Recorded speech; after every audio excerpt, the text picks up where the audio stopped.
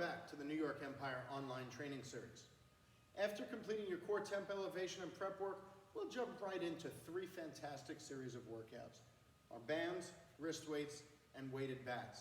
These should be done daily. And remember, after your core temp elevation and prep work, if you don't have bands, wrist weights, or weighted bats, don't worry. I'll recommend some modifications throughout, and we'll actually post a list of items for which you can shop on Amazon or Driveline or with us so that you can fulfill this workout as it's written. Again, in the absence of those items, don't worry. Taking just a simple set of baseballs will be helpful in completing this workout. I'll begin with my band, and I've got my band set up right at about chest height.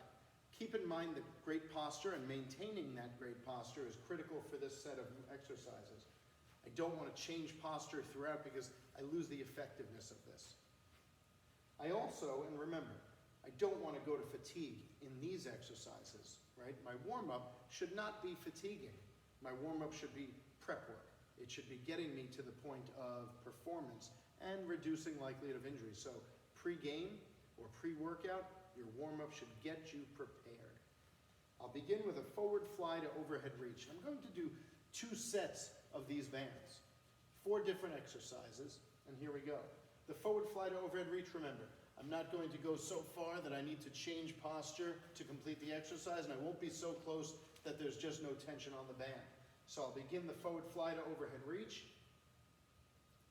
and I'm going to go through 10 of these. From there, I turn around and do the reverse fly to overhead reach. Your first set, you'll complete the overhead reach in one direction. The second, I'll show you a different direction. Again, not too far that I need to change posture to complete the exercise, not so close that the band is weak. I begin the reverse fly to overhead reach. And in my second set, I'll actually do the reverse fly and overhead reach in that direction. From there, I'll do internal and external rotation exercises.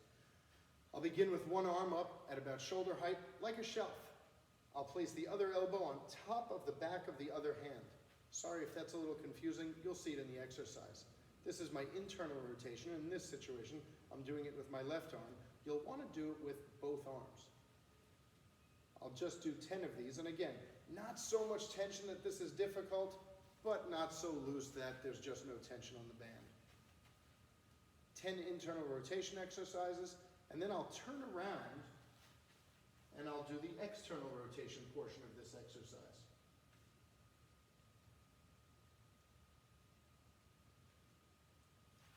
You'll want to go ahead and do that with both of your arms. Again, we want to develop equally on both sides of our body, left and right, and front and back. That's the completion of our band series. And again, go through that set twice. From there, I'll jump into my wrist weights. Again, if you don't have wrist weights, just get a baseball in each hand. It'll be helpful. I'll begin by wrapping this wrist weight pretty tightly around my wrist. And if you do have a store nearby that's open, go ahead and get some comfortable wrist weights. If you're under age 13, 4 pounds is more than enough. 3 pounds, even 2-pound weights would be fantastic. I'll begin the wrist weight series with my pronation swings. And keep in mind, there are a couple of no-nos when we do these, and I'll walk you through them. All I'm going to do is swing my arms up and down, but if you notice, my arms are rotating or pronating as they come down. My palms go up on the way up, and then as my arms fall, my thumbs turn in to complete the exercise. That's the deceleration portion of throwing, so we're actually prepping the movement that I'll be doing in baseball. You don't want to bring the arms up, turn the hands down and go down. Swing them upwards, and as they begin to fall, turn the thumbs inward. And turn them up, back on the way up. You can go ahead and do 10 swings, but if you get tired, go ahead and stop. You don't want to lose quality of the exercise and risk injury. My next exercise, the 2-arm throw.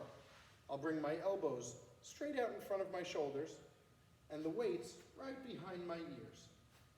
It's going to look like I'm throwing the wrist weights directly forward. I won't let the elbows wing out.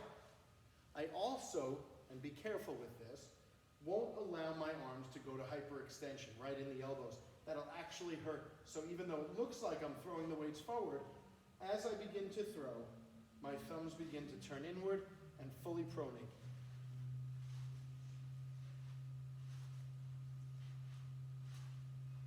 My next exercise is the modified Cuban press.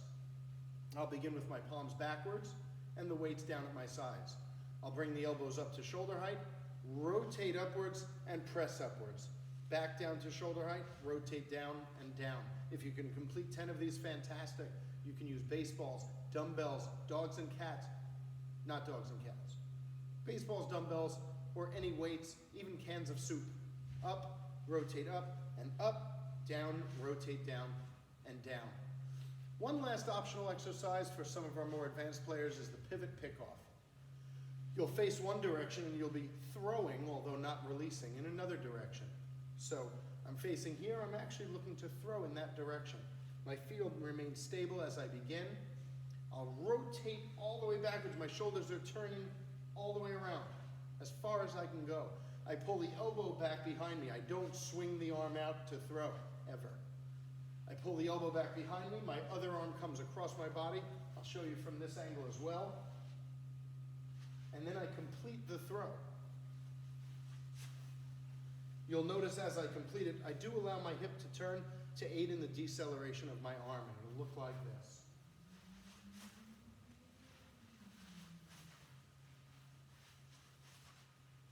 You'll only want to go through 5 or 6 of those before you get tired. From there, one of our favorite sets of exercises, the weighted bat series. Some research has shown that the optimal weights for this are about 20% less than your bat, 10% less than your bat, and 10% heavier than your bat. And what do I mean by that? You'll want 3 weights. If you only have 1 bat, that's okay. We'll vary the weight by choking up, choking down, and choking all the way down. If you do have a donut or a bat weight, that can aid in creating our heavy bat. For now, I'll demonstrate with just 1 bat. I'll begin the series and keep one thing in mind. This is a set of exercises that you'll be doing at maximum intensity. Full effort, every swing. You want to be swinging harder than you've ever swung a bat in your life on every rep you do. I'll begin right-handed because I'm right-handed. So you'll start on your dominant side. You'll then move to your non-dominant side. You'll take 3 swings from each side. The first series you'll do is with your lightest bat or choking up just about as far as you can go, just to the top of the handle. You'll take your 3 hardest swings. Now that, obviously not my hardest, so maybe we'll go a bit harder. Your 3 hardest, every time. From there, you'll turn around and do it lefty. Your 3 hardest, lefty. Notice in that first series, I didn't take much of a step. I'm focusing on building that energy from my core and my shoulders. I'll then move to my slightly lighter than normal bat, so I'll just choke up a bit. And again, I'll do my 3 hardest on the right side, my 3 hardest on the left side. I'll finish that first set with the heaviest bat. It should be about 10% heavier than my bat. So if I use a 30-ounce bat, it would be a 33-ounce bat in this situation. If you use a 20-ounce bat, you'll look for a 22-ounce bat. Or go all the way down the knob so that only 3 fingers are on the bat with your regular hand on top of it. I'll go my 3 hardest swings, righty. My 3 hardest swings, lefty. My next set we call the Babe Ruth. The only thing that changes in this is your footwork. You'll start with your feet together and you'll gain some ground force. You'll use some momentum to help propel the bat. Again, you'll start with your lightest bat or choked up to the top of the handle and your 3 hardest swings with some ground force. A big, big leg kick or just a long stride to get that momentum going. So I've got my 3 hardest with my lightest bat. I turn around and do it from the other side. My 3 hardest, again, lightest bat. I switch to my second lightest bat, the 10% lighter, so if you use a 20-ounce bat, this one would be about 18 ounces, or choke up just about an inch. Your 3 hardest swings with the Babe Ruth footwork. Turn around and do it lefty. Finally, one last set. 3 swings from your dominant side with only your lightest bat, and you want to make this your home run derby swing, the hardest you've ever swung a bat, any way you can do it. You can run up and what we call Happy Gilmore. You can wind up with the leg kick, anything you can do to make it the 3 hardest swings you've ever taken in your life. Over and over and over. 3 of them. That concludes our bands, wrist weights, and weighted bats. Remember, these are done daily.